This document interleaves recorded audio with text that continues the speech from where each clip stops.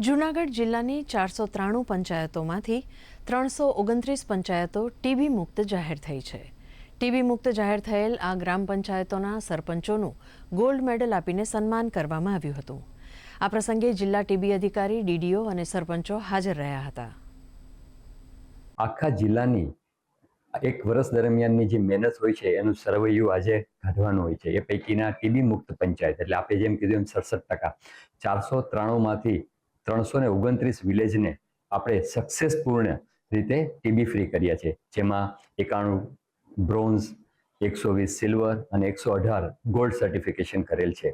આમાં સરકારશ્રીના જે ધારાધોરણો હોય છે અને એક વર્ષ સુધી સતત surveillance, detection, testing, treatment and success outcome હોય છે. તો એ અંતર્ગત બધાનો અમારા પાયાના જ્યાંથી આશાબેનથી લઈ MPJW ભાઈઓ, STS ભાઈઓ, medical officer, laboratory technician, pharmacist અને અમારા મુખ્ય જિલ્લા આરોગ્ય અધિકારી તમામની સફળ મહેનતને કારણે આજે અમે આ વસ્તુ એચીવ કરી શક્યા છીએ. આજ રોજ વિશ્વ ટીબી દિવસ નિમિત્તે જૂનાગઢ કલેક્ટર કચેરી ખાતેથી અમને ટીબી મુક્ત ગામ તરીકે ગોલ્ડ એવોર્ડ મળેલો છે, જે બદલ અમે ખૂબ ગૌરવ અનુભવીએ છીએ.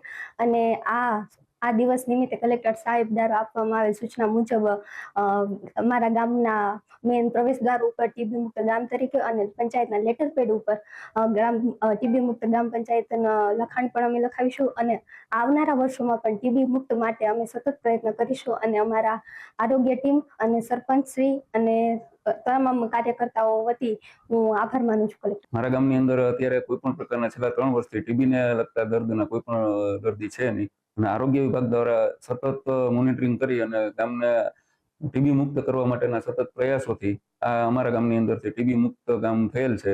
અને અગાઉ જ્યારે પેશન્ટો હતા ત્યારે આરોગ્ય કર્મચારી, આશા વર્કર એ લોકોને રેગ્યુલર દવા આપવા માટે અને ઘરે જઈ અને સમયસર એની દવા આપવાની અને બધી સંપૂર્ણ કાળજી લઈ અને ગામને ટીબી મુક્ત કરેલું છે. અને આજરોજ કલેક્ટર સાહેબે આપેલી સૂચના પ્રમાણે અમારા ગામની અંદર આવેલા પ્રવેશ દ્વાર ઉપર અમારું ગામ ટીબી મુક્ત ગામ છે એવું અમે લખાવશી.